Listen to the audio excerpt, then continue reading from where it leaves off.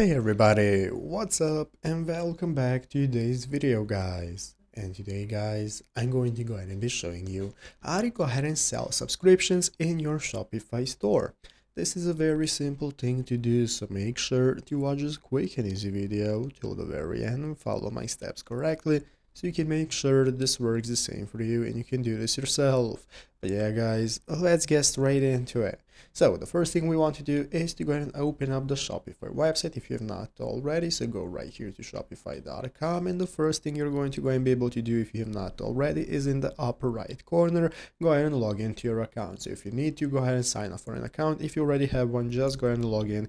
And after logging in, this is going to be the home page you're greeted by. From here, we can get started managing our store and setting it up. And here at the left side of the screen, we can find all the sections we can access. And what we want to do to be able to sell subscriptions is find this apps section right here. You're going to click on add.